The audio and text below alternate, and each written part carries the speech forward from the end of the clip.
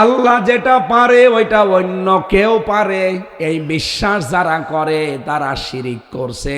আর শিরিক যে করে সে মুশরিক, আর মুশরিককে এই সবে বরাতে সবে কদরেও আল্লাহ মাফ করবে না। কারণ আপনি এ তালিকায় প্রথম নাম্বারে আছেন কিনা বলেন? আপনার ভেতরে কি এই বিশ্বাস আছে যে আল্লাহ যেটা পারে ওইটা অন্য কেউ পারে? নেই।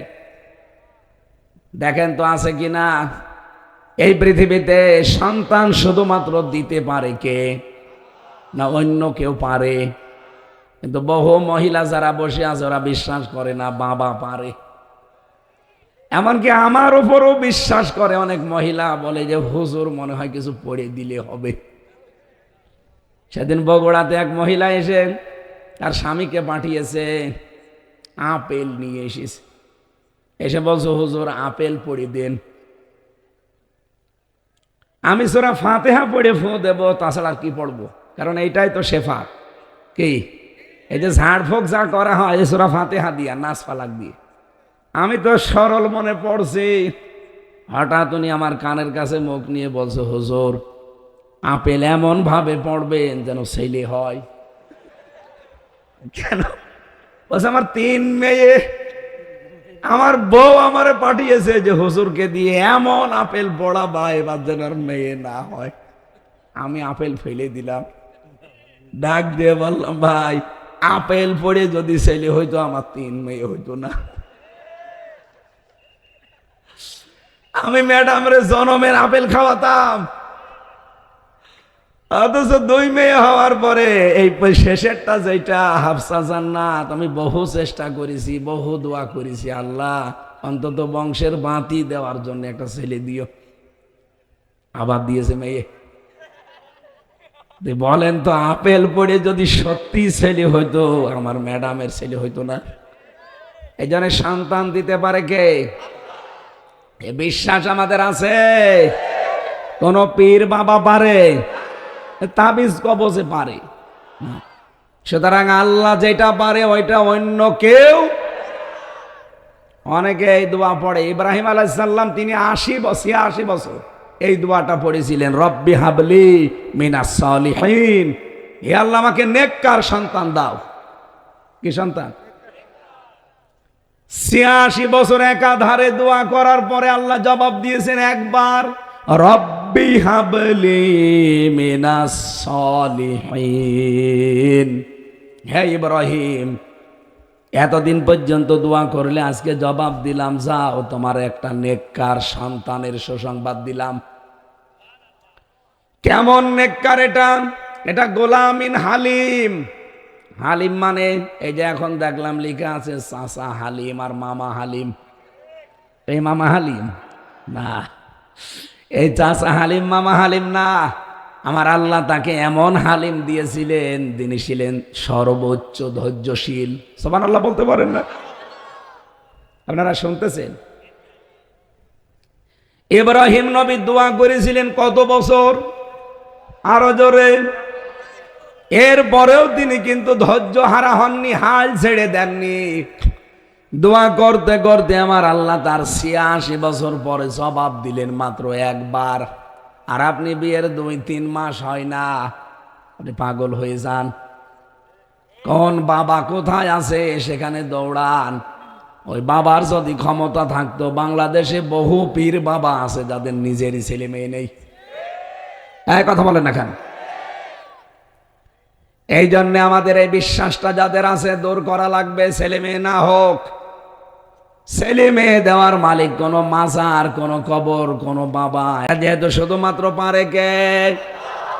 এক ইমাম সাহেব নাকি প্রতিদিন দোয়া করতো, রব্বি হাবলি মিনাস সালিহিন। এক মুসল্লি চিন্তা করছে, আল্লাহ সারা জীবন এই হুজুরের পেছনে নামাজ পড়ছি, এর বাড়ি কোথায়? সে নোয়াখালী, আর আমার বাড়ি মনে করেন যশোর। এত দূর থেকে হুজুর এসেছে, এতদিন নামাজ পড়ায়, শুধু বলে রব্বি হাবলি মিনাস সালিহিন। কি এ দুয়ার মানে কি? এক ইমাম সাহেব আলেম, তাকে জিজ্ঞাসা করছে যে আমাদের ইমাম সাহেব যেরকম লেখাপড়া জানে না, উনি শুধু দোয়া করে নামাজের পরে হাত তুলে, এই দোয়ার মানে কি? ওই আলেম বলছে এটা তো দোয়া না, শুধু এটা কোরআনের আয়াত, সূরা সফফাতের ৯৯ নাম্বার আয়াত। আল্লাহ পাক জানিয়েছেন রব্বি হাবলি মিনাস সলিহিন, আল্লাহর কাছে দোয়া করো, আল্লাহ তুমি আমাকে একটা নেককার সন্তান দান করো। মুসল্লি চিন্তা করছে হুজুরের মনে হয় ছেলে মেয়ে নেই, যে বলছে হুজুর আপনার ছেলে মেয়ে কয়টা? 11টা। 11টা ছেলে মেয়ে আপনি যে দোয়া করেন, আপনি কি জানেন ওই দোয়ার মানে কি? বলছেন না। কিসের দোয়া করেন আপনি? প্রতিদিনই এক দোয়া করেন, আপনি দোয়া মানে জানেন না? আমি আজকে আলেমের কাছে জিজ্ঞাসা করে আসলাম, এই দোয়ার মানে হচ্ছে আল্লাহ আমারে নেককার সন্তান দাও। আপনার 11টা হয়ে গেছে, এখনো দোয়া করছেন, আপনি কি দেশ ভরে ফেলবেন? ইমাম সাহেব বলছে বাবাজি এ দোয়ার মানে এই, আমি যদি আগে জানতাম তো 10 বছর আগে দোয়া বাদ দিয়ে দিতাম। আমি তো জানি না, আমি পড়িয়ে যাই, আল্লাহ দিয়ে যায়। আমি এখান থেকে একটা শিক্ষা বের করেছি। হযরত ইব্রাহিম নবী ইসমাইল পাওয়ার জন্য যে দোয়া করলেন, আল্লাহ জবাব দিলেন গোলামিন হালিম, আমাকে ধৈর্যশীল সন্তান দিয়েছেন আল্লাহ। উনি মনে মনে সিদ্ধান্ত নিলেন, আল্লাহ তুমি আমার দোয়া তো কবুল করলে, কিন্তু কেমন হালিম দিয়েছো আমি এই হালিম আজকে পরীক্ষা করব। রব্বুল আলামিন তাকে স্বপ্ন দেখিয়েছিলেন, ফালাম্মা বালাগা মাহু সায়া ক্বালা ইয়া বুনাইয়া ইন্নী আরা ফিল মানামি আন্নী আযবাহুকা ফানজুর মাযা তারা। সন্তানটা তার সাথে যখন চলাফেরা করতে শিখেছে, তার মানে 12-13 বছর বয়স, একটু হাতে কামে লাগে। আপনি দেখবেন ছেলে যদি কাজ কামে লেগে যায়, একটু কথাবার্তারা শোনে, তখন তার প্রতি মায়া মহাব্বত একটু বেশি হয়। কথা বলেন না কেন? হযরত ইব্রাহিমের ঠিক এই কায়দা তার বড় হয়েছে কত বছর পর? 86 বছর পর, আকাশের চাঁদের মতো। আল্লাহ তাকে স্বপ্নে দেখালেন, তো তোমার প্রিয় বস্তু কোরবানি করো। আমি কিন্তু শুধু ঘটনার জন্য না, এখানে একটা শিক্ষা আপনাদেরকে দিতে চাই, আর এটা নিয়ে যাওয়া লাগবে। কি এই নিয়ে যেতে পারবেন না? হযরত ইব্রাহিম সন্তানকে গিয়ে বললেন, আমি স্বপ্নে দেখলাম তোমাকে আমি জবাই করছি, তোমার রায় বলো। হযরত ইসমাইল কথাটা শোনার পরেই দৌড় দিতে পারতেন যে আপনি কি বাবা না আজরাইল। সে জন্মের পরে আমাদেরকে আমার মায়ের সাথে মরুভূমিতে রেখে গেলেন, কোনোদিন খোঁজ নেননি, আর আজকে 12 বছর পরে এসেছেন জবাই দেওয়ার জন্য। কিসের বাবা আপনি? মানি না আপনারে। বলতে পারতেন না? বলেন বলেন। হযরতে ইসমাইল তিনি এমন জবাব দিয়েছিলেন 3টা বিষয় সামনে রেখে, ইয়া আবাতি ফাআল মা তুমার সাতাজিদুনি ইনশাআল্লাহু মিনাস সাবিরিন। হযরতে ইসমাইল ডাক দিয়ে বলেছেন, হে আমার পিতা, যা আদিষ্ট হয়েছেন আপনি আদেশটা পালন করেন। আল্লাহ যদি চায় আপনি আমাকে ধৈর্যশীলদের মধ্যে পাবেন। ধৈর্যশীল পাবেন এ কথা বলেননি, তাহলে অহংকার চলে আসবে। নিজেকে অহংকার থেকে মুক্ত করার জন্য এতটুকু একটা সন্তান কি শব্দ চয়ন করেছেন আপনি খেয়াল করেন। হযরতে ইব্রাহিম এই জন্য তিনি সন্তানের কাছে অনুমতি চাইতে গিয়েছিলেন। তিনি কিন্তু অনুমতি না নিলেও পারতেন, কারণ হুকুমটা কার আর পালন করছে কে? নবী। বলেন বলেন, হুকুম কার? পালন করছে কে? সাধারণ মানুষ না, একজন নবী। কেন তার অতটুকু সন্তানের কাছে অনুমতি নেওয়া লাগবে? তিনি অনুমতি চাইতে গিয়েছিলেন এই কারণে, উনি বলেছিলেন আমি 86 বছর একাধারে দোয়া করে হালিম পেয়েছি। কি পেয়েছি? একটা গোলামিন হালিম পেলাম।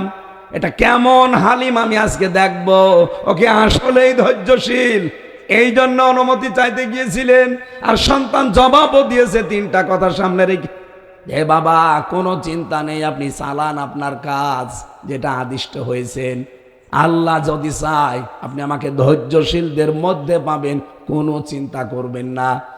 বিশাল ঘটনা তাফসিরে ফি জিলালিল কোরআনে আছে। হযরত ইব্রাহিম নিয়ে গেলেন সন্তানকে মরুভূমির ভেতরে জব দেবেন।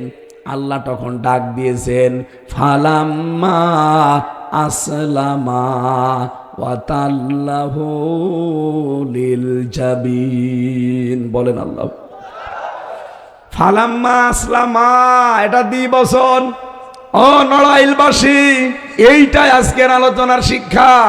কেন আল্লাহ দ্বিবচন দিলেন?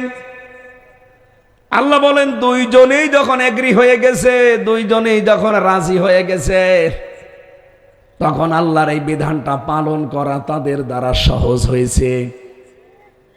ইব্রাহিম নবী যদি বলতেন আমি জবাই দেব, আমি আল্লাহর হুকুম পালন করবই। ইসমাইল নবী যদি বলতেন না, আমি আমার গলা দেব না, জবাই হতো। আরো আসতে বলেন। ইসমাইল নবী যদি বলতেন ঠিক আছে আমি আল্লাহর বিধানের সামনে জীবন দিয়ে দিলাম। ইসমাইল নবী ইব্রাহিম যদি বলতেন না, আমার এত বছরের সন্তান আমি জবাই দেব না, আল্লাহর বিধান পালন হতো। আল্লাহ বলেন দুইজনেই যখন রাজি, তখন আমি আল্লাহ ডাক দিয়েছি, ওয়ানাদাইনাহু আইয়া ইব্রাহিম, হে ইব্রাহিম কদ সাদ্দাকতার রুয়া, তোমার স্বপ্নকে তুমি সত্যের রূপ দিয়েছো। ইন্না কাযালিকা নাজজিল মুহসিনিন। এখানে যারা তাফসীর বসে তাদেরকে বলছে, এই যে আলেম বসে আছে, আল্লাহ মুহসিন দিতে পারতেন, মুহসিনিন দিলেন কেন? শব্দটা শুরু করার আগে আল্লাহ এমন একটা শব্দ লাগিয়েছেন ইন্না। এ শব্দ না দিলেও বাংলা অর্থ হয়ে যায়। কেন ইন্না লাগিয়েছেন আর কেন মুহসিন না দিয়ে মুহসিনিন দিয়েছেন, এইটাই আমাদের নিয়ে যাওয়া লাগবে। আল্লাহ গ্যারান্টি দিয়েছেন এই কারণে আমরা যেন কোনো সন্দেহ এর ভেতরে না করি, আর আমরা করিও না। কি করি? সন্দেহ করি। কোরআনের কোন কথায় আমাদের সন্দেহ আছে, হয়তো মানতে পারি না, সেটা আমাদের দুর্বলতা। এই যে আমার আগে যিনি কথা বলছিলেন, বাচ্চু ভাইয়ের আগে, উনি কিন্তু বলেছেন, ওনার ওই কথাটা আমার কানে এখনো বাজতেছে। কে উনি আমি চিনি না, কিন্তু কথাটা তো ভালো কথা। কোরআনে কারিমে যত কথা আল্লাহ দিয়েছে, কোনো কথায় মিথ্যা, সন্দেহ, সংশয় আমরা মানতে পারি না। ওটা আমার দোষ না আল্লাহর দোষ? বলেন বলেন। আল্লাহ এত বড় গ্যারান্টি দিয়ে আয়াত শুরু করলেন, ইন্না কাযালিকা নাজজিল মুহসিনিন। এই আমার মুহসিন বান্দাদেরকে আমি কিয়ামত পর্যন্ত পুরস্কার দেব। কি পুরস্কার দিয়েছিলেন তাদের? ইব্রাহিম নবী যখন আল্লাহর হুকুম পালন করার জন্য রাজি হয়ে গেছে, ইসমাইল যখন নিজের জীবন পর্যন্ত দিয়ে আল্লাহর বিধান পালনে সাহায্য করেছে, আল্লাহ এইটা দেখতে চেয়েছিলেন। ও বাংলার জনগণ, এটা রেকর্ড হচ্ছে, এটা লাইভ চলছে, 18 কোটি মানুষের কানে কালকে চলে যাবে। সবাইকে সামনে নিয়ে কথা জানাতে চাই, বাংলাদেশে যারা সামনে আসবে এরা আমাদের ইব্রাহিম নবীর ভূমিকা পালন করা লাগবে। আমরা 18 কোটি জনগণ সামনে আমরা ইসমাইলের ভূমিকায় জীবন পর্যন্ত দিয়ে দেওয়া লাগবে। এই কথা বলেন না কেন? কারণ আল্লাহর বিধান এখনো কায়েম হয়নি। আপনি বেঁচে থেকে করবেন কি? এখনো আল্লাহর বিধানে জমিনে একটাও কায়েম হয়নি। আপনার জীবনের কিসের মূল্য? এখনো নিরপরাধ মানুষের ওপরে জুলুম শেষ হয়নি। এই কথা বলেন না কেন? বিশ্ব নবী মুহাম্মদুর রাসূলুল্লাহ মাত্র একজন নিরপরাধ মানুষকে ওরা হত্যার মিথ্যা সংবাদ প্রচার করেছিল যে কতিলা উসমান, ওসমানকে মেরে ফেলেছি।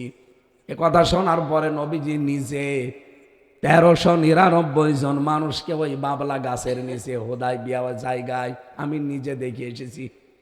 ওখানে 1399 জন মানুষকে হাতে হাত দিয়ে তিনি শপথ বাক্য পাঠ করালেন যে আমরা ওসমান হত্যার বদলা না নিয়ে বাড়ি যাব না।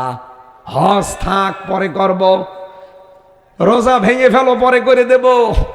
একটা নিরপরাধ মানুষের পক্ষে দাঁড়াতে গিয়ে নবীজি কি সিদ্ধান্ত নিয়েছেন?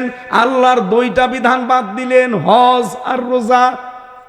আর 1399 জন মানুষ হাতের ওপরে হাত দিয়ে তাদেরকে শপথ বাক্য পাঠ করাচ্ছেন, বায়াত গ্রহণ করাচ্ছেন যে জীবন দেব কিন্তু বাড়ি যাব না, হত্যার প্রতিশোধ না নিয়ে। নিরপরাধ মানুষের একটা মানুষের পক্ষে দাঁড়াতে নবীজি এত বড় বড় সিদ্ধান্ত নিতে পারেন। এই 15.5 বছরে কত নিরপরাধ মানুষ জেলখানায় ভর্তি আছে। এই নিকৃষ্ট মহিলার হিংসার বশবর্তী হয়ে তার রাগের কাছে হার মেনে জীবনটা নষ্ট করেছে কত মানুষ, বিশেষ করে আজহারুল ইসলাম। এই কথা বলেন না কেন? 15.5 বছরে যারা মিথ্যা মামলার শিকার হয়েছে তার ভেতরে এই লোকটা। লাকাদ রাদিয়াল্লাহু আনিল মুমিনিনা ইয ইউবাইউনাকা তাহতাশ শাজারাতি ফাআলিমা মা ফি কুলুবিহিম ফাআনজালাস সাকিনাতা আলাইহিম ওয়া আসাবাহুম ফাতহান করিবা। আল্লাহ বলেন আমি রাজি হয়ে গেছি, অলরেডি রাজি হব না, হয়ে গেছি। এটা মাঝি পাস্ট, এটা অতীতের শব্দ আল্লাহ চয়ন করলেন, এর আগে লাকাদ লাগিয়েছেন যে অবশ্যই আমি আল্লাহ রাজি হয়ে গেছি। আনিল মুমিনিনা, এই মুমিনদের উপরে, তাহতা শাজারাতি, যারা এই গাছের নিচে ইউবাইউনাকা, আপনার হাতের উপরে হাত দিয়ে আজ যারা শপথ বাক্য করছে। আল্লাহ রাব্বুল আলামিনের নবী 1399 জন হাত দেওয়ার পরে নিজের বাম হাতটা এভাবে তুলে দিলেন। সাহাবীরা বলে হুজুর এই হাত কিসের? নবীজি বলেন এই মাত্র কোরআনের আয়াত নাজিল হয়েছে, আজকের এই ময়দানে যারা শপথ নিয়েছো একজন নিরপরাধ মানুষের হত্যা বদলা নেওয়ার জন্য, সবার উপরে আল্লাহ খুশি হয়ে গেছে। আমার ওসমান তো এখানে নেই, তাকে তো শহীদ করে ফেলেছে, অথচ মিথ্যা কথা বলা ছড়িয়েছিল। আমার ওসমান নেই, এই ওসমানের ওপরও তো আল্লাহর রাজি হওয়া লাগবে। এই জন্য হাতটা আমি তুলে দিলাম, এটা ওসমানের হাত। আজ বাংলাদেশে ঠিক 1400 বছর পরে অবস্থা দাঁড়িয়েছে। এটা শুধু দেশের জন্য, রাজনৈতিক বিষয়ের জন্য না, আমার ইমানের দাবিতে বলেছি। নবীজি যদি একটা নিরপরাধ মানুষের পক্ষে দাঁড়াতে 1399 জনের জীবন নিতে পারে, বলেন তো আমাদেরও সে সময় আসে নাই? সুতরাং আমরা আলটিমেটাম অলরেডি দিয়ে দিয়েছি, আর আমাদের মুখের কথা মনের কথা কিন্তু এক। অনেকে মনে করছে মুখে বলার বলেছে, না, কে বলছে আপনাকে? একামতে দিনের দায়িত্ব সত্যি যারা মন থেকে দেশে পালন করে, আপনি দেখবেন ওদের মুখের কথা আর মনের কথা এক। এই জন্য আমরা মুখ দিয়ে যা বলে ফেলেছি এইটাই আমার মনের কথা। এই জন্য আয়াতের মাঝের অংশে ছিল ফাআলিমা মা ফি কুলুবিহিম। আল্লাহ বলেন আমি কিন্তু ওদের মনের কথা জেনে ফেলেছি। ওরা যে মন থেকে শপথ বাক্য পাঠ করছে এটা আমি জানি। এই জন্য ফাআনজালাস সাকিনাতা আলাইহিম, তাদের উপরে আমি আল্লাহ সাকিনা নাজিল করলাম। ওয়া আসাবাহুম ফাতহান করিবা, তাদেরকে একটা নিকটবর্তী বিজয়ের সুসংবাদ দিয়ে দিলাম। আজ আমরা এই নিরপরাধ মানুষের পক্ষে যদি বাংলার 18 কোটি মানুষ দলমত রাজনীতি ভুলে গিয়ে দাঁড়াতে পারি, আল্লাহর কসম আল্লাহ আমাদের ওপরেও সাহাবীদের মতো রাজি হয়ে যাবে। কারণ আমরা নিরপরাধ মানুষের সামনে দাঁড়াতে চাই। উনি জুলমের শিকার, উনি অবিচারের শিকার, হিংসার বশবর্তী হয়ে খালে হাসিনা এটা কাজ করে গেছে। আমি নিজেও তো একজন ভিকটিম। কথা বলছেন না কেন? আমি যে বানিয়ে বলছি না, এটা তার প্রমাণ আমি নিজেই। কারণ আমিও ছিলাম ওই রকম হিংসার প্রতি হিংসার শিকার। তাছাড়া যে মামলা আমারে দিয়েছিল সর্বোচ্চ 3 মাস আমারে জেলে রাখার কথা, যদি সাজাও লাগিয়ে দেয়, অথচ 3টা বছর এই জালেমরা আমারে জামিন দেয়নি। এমনি জেলখানায় দিলে তো সমস্যা না, কিন্তু দিয়েছে আমার জেলের ভেতরে জেল, ওর নাম সেল, ওর ভেতরে আবার আছে ফাঁসি সেল, ওর ভেতরে কন্ডেম সেল, এই জায়গায় রেখে দিয়েছিল। খাবার দাবার তো ওই রকম 10,000 মানুষের খাবার আর কিরকম হয়। এরপর আবার সিসি ক্যামেরা দিয়েছে, কেউ যেন আমার সাথে কথা না বলে। 24 ঘন্টা। উনি তো ব্যারিস্টার, আর মানে 8 বছর হাত বাঁধা ছিল, আর আমি 3 বছরে, আমার মনে হয় 3 বছরে 30 বছর কেটে গেছে। আমি 30 বছর বয়সে ঢুকেছিলাম, 33 বছর বয়সে বের হলাম। জীবন থেকে মনে হচ্ছে 30 বছর আগে গা কাটিয়েছে, 3 বছরে তার সাথে বেশি সময় গেছে। মাঝে মাঝে কারারক্ষীরে বলতাম যে ভাই 24 ঘন্টায় তো তালা লাগিয়ে রাখেন, আবার সিসি ক্যামেরা দিয়ে রেখেছেন, একেবারে কিচ্ছু নেই, কোনো কাজ কাম নেই, এভাবে বসে থাকা যায়? একটু বই নিয়ে এসে দেন পড়ি। ওরে শয়তান দেবদুলাল বই নিয়ে এসেছে বঙ্গবন্ধুর আত্মজীবনী। ও ছাতা পড়ে আমি করবো কি? বললাম ভালো বই নিয়ে আসতে পারেন না? পরের সপ্তাহে নিয়ে এসেছে বঙ্গবন্ধুর ছেলেবেলা। একটু গরম দিয়ে বললাম যে আপনি কি ভণ্ডামি করেন, কি বই নিয়ে আসেন? পড়ার মতো বই লাইব্রেরিতে নেই। হুজুর ভালো বই নিয়ে এসে দেবো। পরের সপ্তাহে নিয়ে এসেছে বঙ্গবন্ধুর চীন সফর। এখন সিসি ক্যামেরা যেহেতু আছে, আবার আষাঢ় দিয়ে ফেলে দিলে ওখানে তো অফিসে দেখতে পাবে, পরে এসে আবার টর্চার করবে। এমনি সেই ডান্ডা বেড়ি লাগিয়ে দেবে, আবার পেছনে হাত বেঁধে 24 ঘন্টা আটকিয়ে রেখে দেবে। 1.5-2 মিনিট সময় দেবে টয়লেট করার জন্য। আর আকাশাব ওনারে বললাম আপনার আর বই নিয়ে আসার দরকার নেই, আপনি যদি বই নিয়ে আসতে চান নিয়ে আসবেন, আমার ফাঁসি চাই। ওই বই পড়তে নেই, পড়তে হয় কি না হয় আপনি নিয়ে এসে দেন, আমি দরকার 10 বার করে পড়বো। আমি মেজর ডালিম বলছি এই বই নিয়ে আসেন। পরে কয়দিন পরে একটা কারারক্ষী পেলাম, মুসলমান, ওর বাড়ি সাতক্ষীরা, আশরাফুল নাম দেখেই মনে করলাম আল্লাহ আজাক এ দেব দুলাল না, এরে দিয়ে কিছু হবে।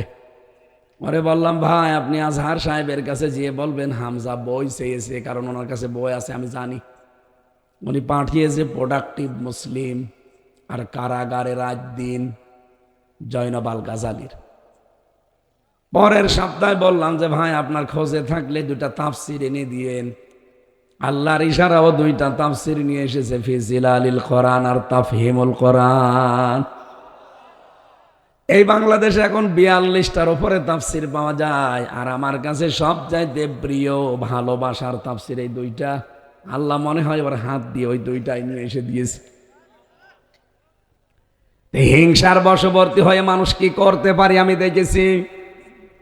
আলেমদের মাজায় দড়ি দিয়ে, ডান্ডা বেড়ি দিয়ে, পেছনে হাত বেঁধে, এর উপরে একটা কালো কাপড় দিয়ে আপনি কোর্টে নিয়ে যেতেন। আর এখনকার যে দরবেশ 36,000 কোটি টাকা মারিং কাটিং করা, ওরে নিয়ে যাচ্ছে জামাইয়ের মতো। ইন্না হাযা লাহুয়াল বালাউল মুবিন। যদিও এটা বিশাল পরীক্ষা, একটা স্পষ্ট বিশাল পরীক্ষা, এটা সবাই পরীক্ষায় আসতে পারবে না। এটা পরীক্ষায় উত্তীর্ণ হওয়ার জন্য ইব্রাহিম ইসমাইলের মতো ঈমান থাকা লাগবে। আরো জোরে বলেন। আল্লাহ রাব্বুল আলামিন বলেন ফাদাইনাহু বিযিবহিন আযীম।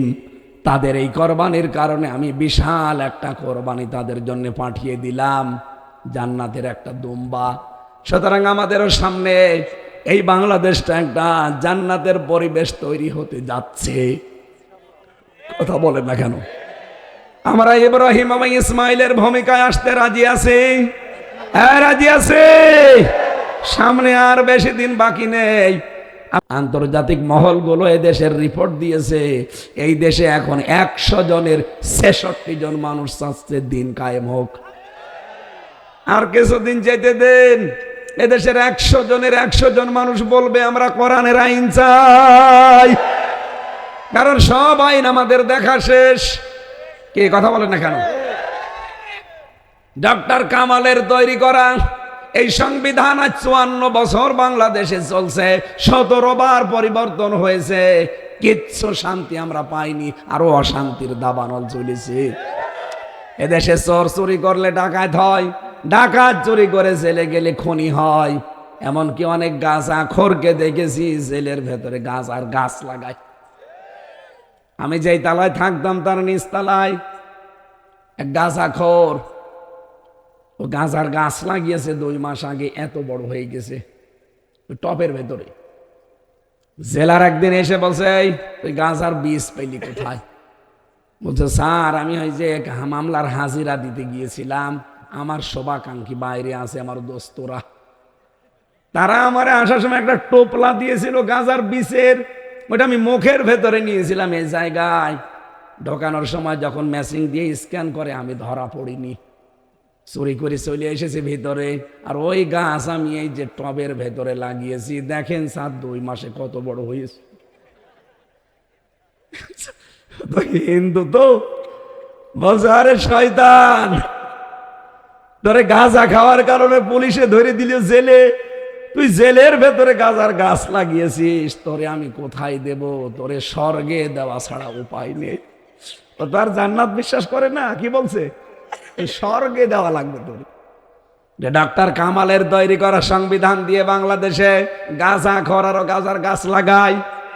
চোর যে ডাকাত হয়, ডাকাত যে ওখান থেকে খুনি হয়, কারণ খুন করে যারা তাদেরকে ওখানে আছে।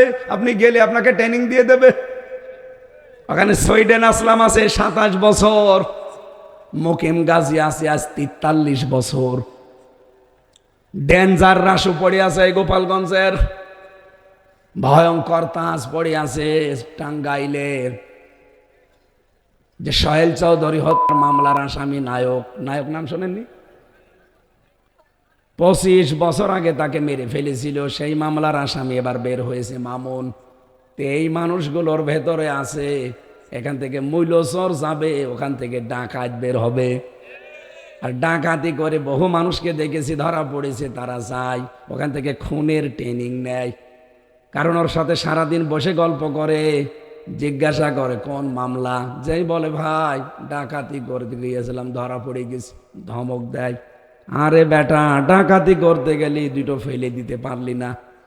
তুই আমার সাথে থাক, কি করে মানুষ ফেলা লাগে তোরে আমি শিখাবো, ঠিক শিখাই। এই জন্যে কামালের এই সংবিধান দিয়ে বাংলাদেশে শান্তি আসা। আরো জোরে বলেন। সামনে কি মাস? রমজান। বলেন বলেন। রমজানে আমার আল্লাহ যে নাজিল করেছেন ফুরকান, এর নাম কি? আরো জোরে বলেন। ফুরকান। কোরআন তো নাম, এর 55টা নাম আছে, একটা নাম কি? ফুরকান মানে না, ফুরকান মানে সংবিধান। ফুরকান নামে আল্লাহ একটা সূরা দিয়েছেন, 77টা আয়াত আছে, 73টা ধারা আছে। বাংলাদেশে 41 সাল টার্গেট দেওয়া লাগবে না, শুধু এই 73টা ধারা সংযোজন করে দেন। যেহেতু এখন সংস্কার চলছে, এই 73টা ধারা শুধু বাংলাদেশের সংবিধানে চালু করে দেন, 73 ঘন্টায় বাংলাদেশ মিনি জান্নাত হয়ে যাবে। চোর চুরি করলে হাত কাটা পড়বে। বাংলাদেশে যারা বড় বড় চোর, এরা অভাবে না স্বভাবে? এই কথা বলেন না কেন? গত কয়েকদিন আগে অবৈধ প্রধানমন্ত্রী, ওনার আমি প্রধানমন্ত্রী বলি না, কারণ আমি 3 বার ওনারা ভোট দিতে পারি নাই। উনি ওখান থেকে ভিডিও বার্তা ছেড়েছে যে দোষ সবাই আমারে দেয়, আমারে গালি দেয়, টাকা পয়সা কি সবই আমি মেরে খেয়েছি, আমার বোন কিছু করিনি। হ্যাঁ, আপনার বোনও করেছে। পাবনার রূপপুর পারমাণবিক কেন্দ্র 82,000 কোটি টাকা এখান থেকে মারিং কাটিং করেছে ওনার বোন রেহেনা। এই কথা বলেন না কেন? শুধু ওনার বোন, ওনার বোনের মেয়ে, সেটাও ধরা খেয়েছে বাইরের দেশে। আমিরে জামাত ডক্টর শফিকুর রহমানের জন্য কয়েকদিন আগে কুষ্টিয়াতে বলেছিল, হাসিনার বোনের মেয়ে, এই রেহেনার মেয়ে টিউলিপ, এটা বাংলাদেশের জন্য একটা কলঙ্ক। আমার মনে হয় পুরো পরিবারটা এদেশের জন্য এখন কলঙ্ক। হ্যাঁ, কথা বলেন না কেন? যার উপরে যতটুকু করবেন, আমি আবার ওই ভাইয়ের কথা বলছি, উনি কিন্তু এই কথাগুলোই বলছিলেন যে যার উপরে আপনি যতটুকু করবেন ওইটা আপনার জীবদ্দশায় আল্লাহ শোধ নেবে। সাতক্ষীরায় আপনি কি করেছেন 13 সালে? বুলডোজার দিয়ে পুরা বাড়ি ঘর মানুষের একেবারে শ্মশান বানিয়ে দিয়েছেন। আপনি কি মনে করছেন ডক্টর ইউনূস বসে আছে? না, মোদি দাদা এখান থেকে গেছে ট্রাম্পের কাছে এই বাংলাদেশ সম্পর্কে কিছু মিথ্যা কথা বলবে। কারণ এই বিশ্বে 257টা রাষ্ট্রে সবচাইতে বেশি মিথ্যা কথা বলে ভারত। এটা আজকে প্রমাণ হয়ে গেছে, মাইক্রোসফট রিপোর্ট দিচ্ছে, খ্রিস্টানদের রিপোর্ট। তাম দুনিয়ায় সবচাইতে বেশি মিথ্যা কথা বলা হয় ভারতে। আর দাদা একেবারে গেছে ট্রাম্পের কাছে সেই মিথ্যা কথাগুলো বলতো যে এই দেশে এখন জঙ্গি ভরে যাচ্ছে। এই যে জুমার নামাজ পড়ে আমরা বের হই, 500, 600, 1000 মানুষ, টুপি মাথায়, দাড়ি মুখে, কথা বলে না কেন? এই যে কোরআন শুনছেন বসে বসে হাজার হাজার মানুষ। ওই শয়তান যারা আছে উগ্রপন্থী, আমি নাম নিতে ওদের ঘৃণা করি, ওই শয়তানগুলো এগুলো ছবি তুলে পাঠায়, ট্রাম্পকে দেখায় এই দেখেন জঙ্গি ভরে গেছে দেশে, কত বড় বড় দাড়িওয়ালা লোক, টুপিওয়ালা লোক এক জায়গায় হয়েছে। ওরা এমনি দাড়ি টুপি দেখলে ভয় করে। তখন এই দেশে জঙ্গি আছে, এই ধোয়া, মিথ্যা ধোয়া তুলে তখন আমাদের দেশটাকে দখল করার চেষ্টা করে। একটা জঙ্গির নাটক পেয়েছেন বলেন? কারণ জঙ্গির নাটক যিনি লিখবে সেই তো পালিয়েছে, আর যাদেরকে দিয়ে জঙ্গি নাটক সাজাবে সেই মনিরুল এই গোপালগঞ্জের, আর একজনের বাড়িও গোপালগঞ্জে, আসাদুজ্জামান কাউন্টার টেররিজমের।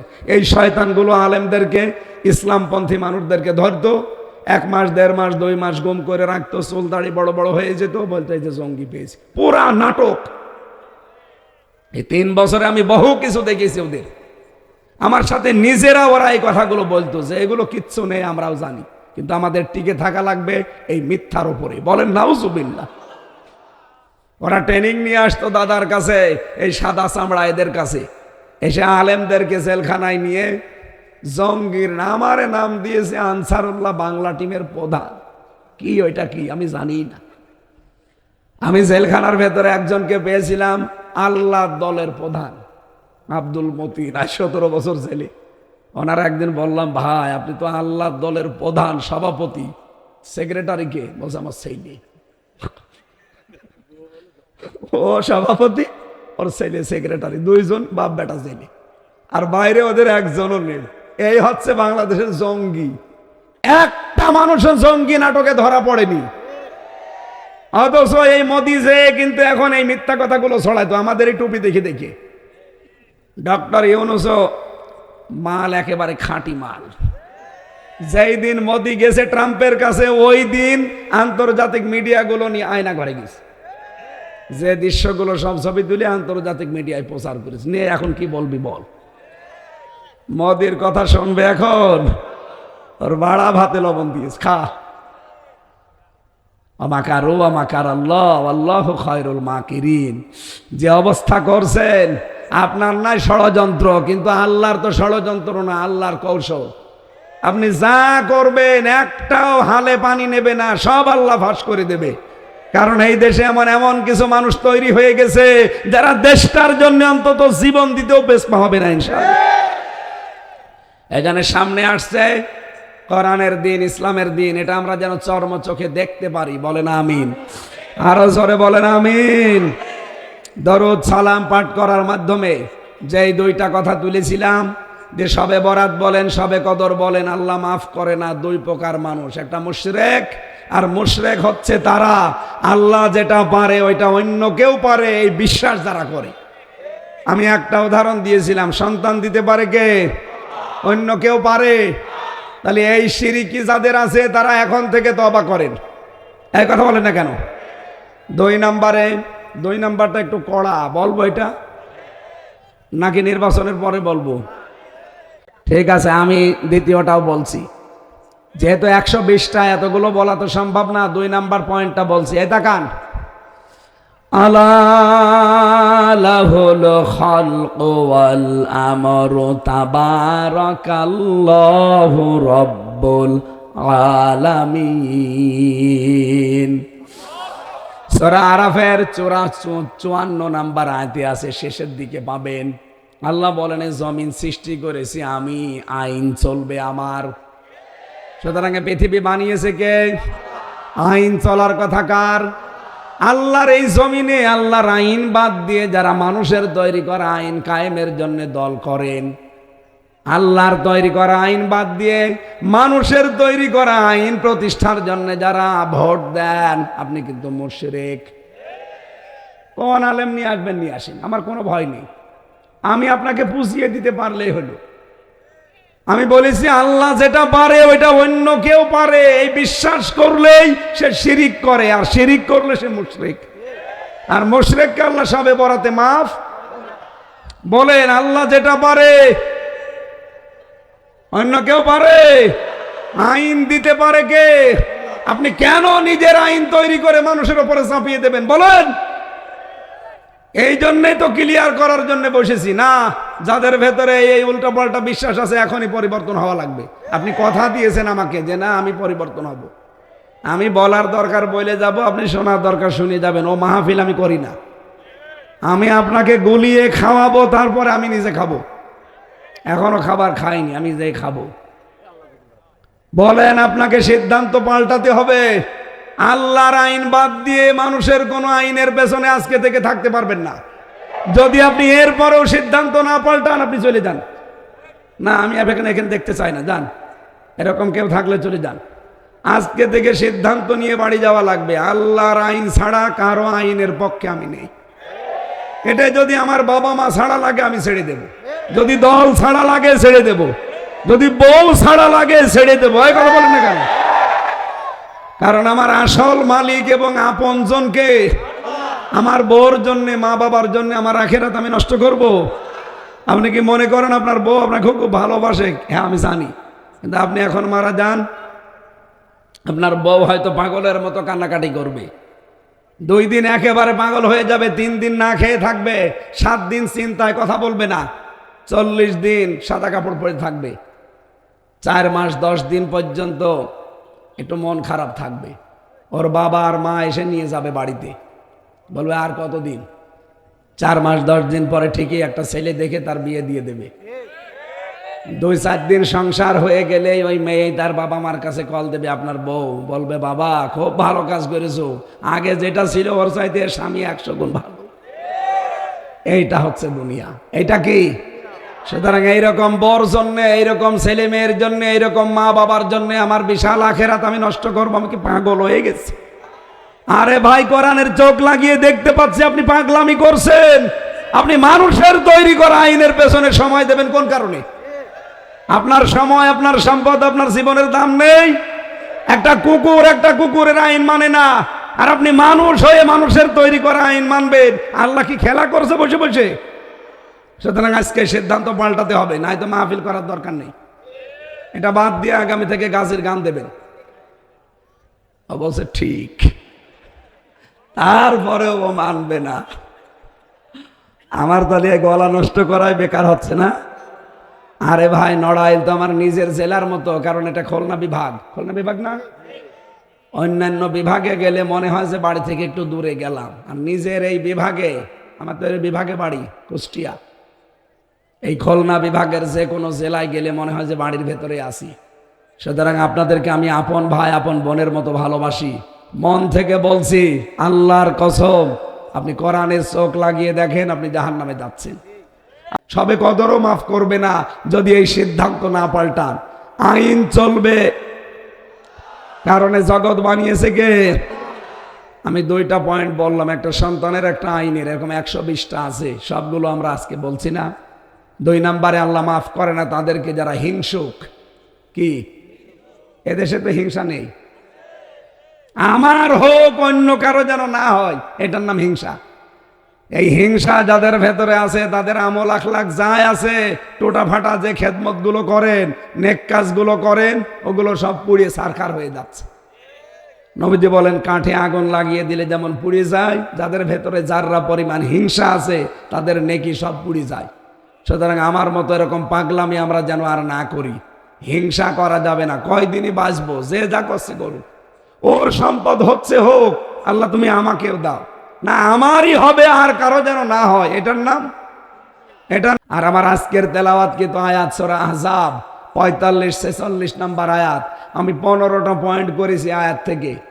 আমাদের যিনি আদর্শ মুহাম্মদুর রাসূলুল্লাহ সাল্লাল্লাহু আলাইহি ওয়াসাল্লাম, আল্লাহ তাকে 15টা নাম দিয়েছিলেন, গুণ দিয়েছিলেন, 15টা গুণবাচক জিনিস দিয়ে দুনিয়ায় পাঠিয়েছিলেন। আমরা যদি ওইগুলো দুনিয়ায় অর্জন করতে পারি আমরা সাকসেস। আমরা কি শুরু করব না শেষ করে দেব? আল্লাহ রাব্বুল আলামিন বলেন, আহজাব সূরার নাম কি? আরো জোরে। আহজাব মানে না, আহজাব মানে যৌথ বাহিনী। এই যে যৌথ বাহিনী এখন ডেভিল হান্ট চালাচ্ছে না, কথা বলছে না কেন? যৌথ বাহিনী দেখলে ইমানদারেরা খুশি হয়। ওয়ালাম্মা রাআল মুমিনুনা আল আহজাব, যখন মুমিনরা যৌথ বাহিনী দেখেছে তখন আনন্দে আত্মহারা হয়ে গেছে। আর সবচাইতে বেশি আতঙ্ক এবং ঝামেলায় পড়েছে যারা খনি, যারা জুলুমবাজ, আর যারা দুর্নীতিবাজ। দেখেন বাংলাদেশে যৌথ বাহিনী যখন অপারেশন ডেভিল হান্ট চালাচ্ছে, এদেশের ইমানদার যারা যারা অপরাধ করে না তাদের কোনো চিন্তা নেই। চিন্তা কাদের? যারা খুনি। এক কথা বলেন না কেন? যারা গাজীপুরে 2টা ছাত্রকে পিটিয়ে মেরে ফেলেছে, চিন্তা তাদের। যারা কোটি কোটি টাকার সম্পদ আত্মসাৎ করে বাইরে পাচার করেছে চিন্তা তাদের, যারা জুলুমের সাথে 15 বছর নিয়োজিত ছিল চিন্তা তাদের। সূরার নাম কি? যৌথ বাহিনী। সূরার নাম 73টা আয়াত আছে, মাত্র একটা আয়াত পড়েছি। আল্লাহ রাব্বুল আলামিন বলেন, ইয়া আইয়ুহান নাবিয়্যু, হে নবী, ইন্না আরসালনাকা শাহিদাও ওয়া মুবাশশিরাও ওয়া নাযীরা, অবশ্যই আপনাকে দুনিয়ায় আমি পাঠিয়েছি সাক্ষ্যদাতা, সুসংবাদদাতা আর সতর্ককারী রূপে। ওয়াদাউয়ান ইলাল্লাহি বিইযনিহি ওয়া সিরাজাম মুনীরা। 4 নম্বরে আপনাকে আমি দুনিয়ায় আমার দিকে ডাকার জন্য দায়ী করে পাঠিয়েছি। 5 নম্বরে আপনি উজ্জ্বল প্রদীপ। এরকম আছে কয়টা? 15টা। কয়টা বলেন বলেন? আপনারা কি হাঁপ লেগে গেছে নাকি? আল্লাহ রাব্বুল আলামিন নবীজিকে দায়ী দিনের দিকে ডাকার জন্য পাঠালেন, উজ্জ্বল প্রদীপ রূপে তাকে পাঠালেন, সাক্ষ্যদাতা হিসাবে পাঠালেন, সতর্ককারী হিসাবে পাঠিয়েছেন। আল্লাহ পাক তাকে সুসংবাদদাতা হিসাবে পাঠিয়েছেন। এক একটা শব্দে আমি তাফসিরে যত লক্ষ লক্ষ কথা পড়েছি, শব্দ বলা সম্ভব না। আমার কণ্ঠ সাপোর্ট দিচ্ছেন, এজন্য তাড়াতাড়ি করছি। 2 নাম্বার শব্দটা আমি ব্যাখ্যা করার জন্য একটু বেছে নিলাম, বাশির। আমার নবী ছিলেন সুসংবাদদাতা। নিজেদের নফসের উপরে জুলুম করে জীবনটা যারা আমরা নষ্ট করে ফেলেছি, ও দুনিয়ার মানুষেরা ফিরে আসেন। বলিয়া ইবাদিয়াল্লাযীনা আসরাফু আলা আনফুসিহিম লা তাকনাতু মির রাহমাতিল্লাহ। আল্লাহ পাক বলেন, নবী আপনি বলুন, আমার বান্দা বান্দিরা নফসের ওপরে জুলুম করে নিজেদেরকে যারা নষ্ট করে ফেলেছো, আমার রহমত থেকে নৈরাশ হয়ে যেও না। ইন্নাল্লাহা ইয়াগফিরুয যুনুবা জামিয়া, অবশ্যই আমি আল্লাহ সব অপরাধ মাফ করে দেব। ইন্নাহু হুয়াল গফুরুর রহিম, আমি গফুর এবং রহিম।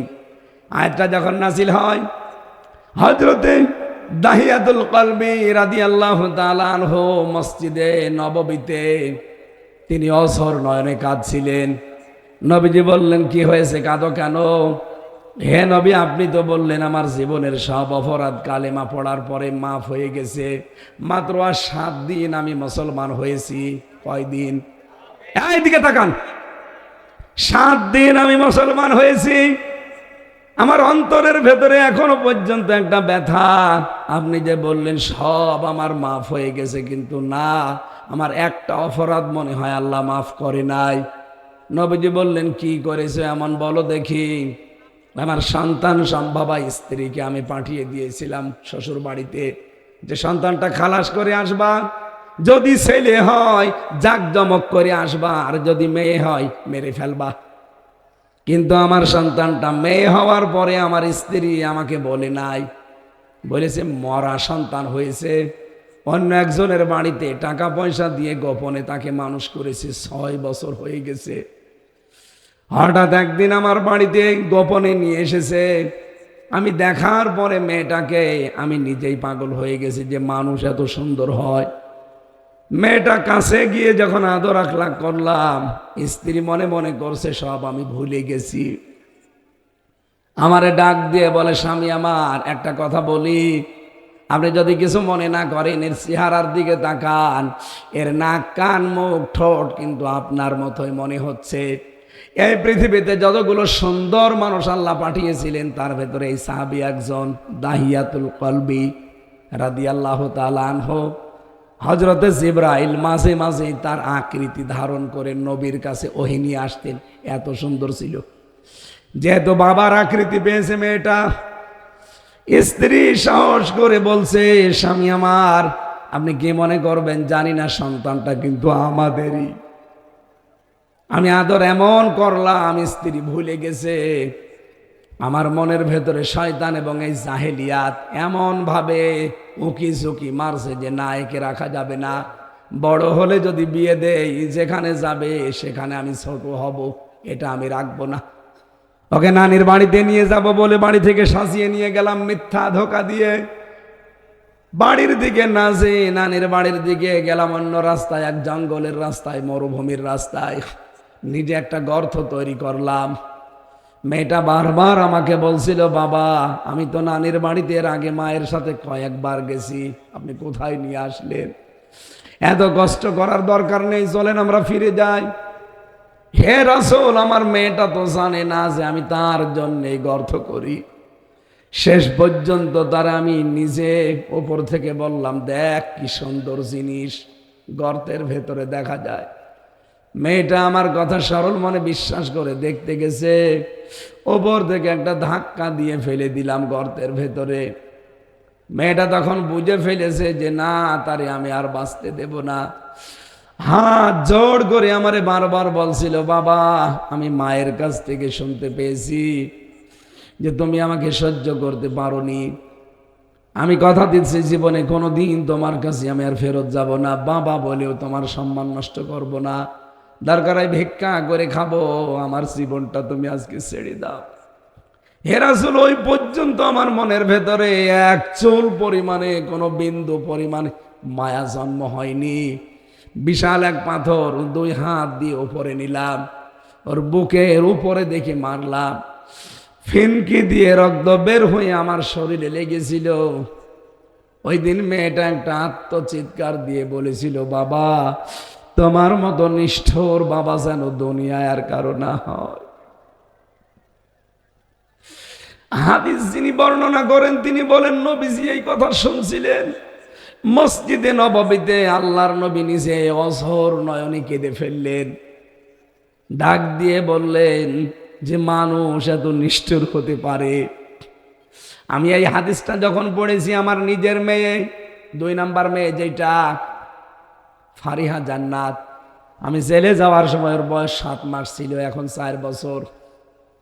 ওরে আমি মাঝে মাঝে নিয়ে ভাবি, কারণ 3টা মেয়ের ভেতরে এই মেয়েটারে আমার মহাব্বত একটু বেশি, কারণ এটা আমি দেখতে পাইনি।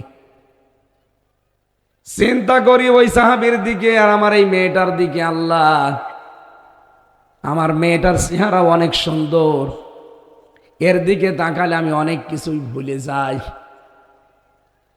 মাঝে মাঝে আমার চিন্তা হয়, আল্লাহ ওই সাহাবী কি করে এত সুন্দর মেয়েকে নিজের হাতে কবরের ভেতরে দিয়ে গর্তের ভেতরে আবার পাথর নিক্ষেপ করে তার জীবনটা শেষ করে দিল।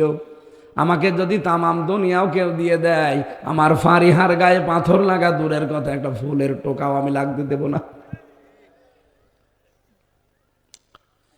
আমিও তো আমার মেয়েকে ভালোবাসি, উনিও তো ভালোবাসার কথা। তো কি জাহিলিয়াতের ভেতরে ছিল বলেন তো একটা লোক। মেয়েটার জন্য যখন কবর খুঁড়ছিল এই গর্ত, তখন মাটিগুলো এই দাড়ির ভেতরে, চুলের ভেতরে যাচ্ছিল। সাহাবী বলে, হুজুর আমি বারবার দেখি আমার মেয়েটা দৌড়িয়ে এসে এই দাড়ির ভেতরে আর চুলের ভেতরে এই ঢেলা ময়লাগুলো, বালিগুলো পরিষ্কার করে দেয়। ওই সময়ও যদি আমার মনের ভেতরে একটু মায়া আসতো। আমি কিচ্ছু করি নাই, তারে শেষ করে দিলাম। আর 7 দিন আমি মুসলমান হয়েছি।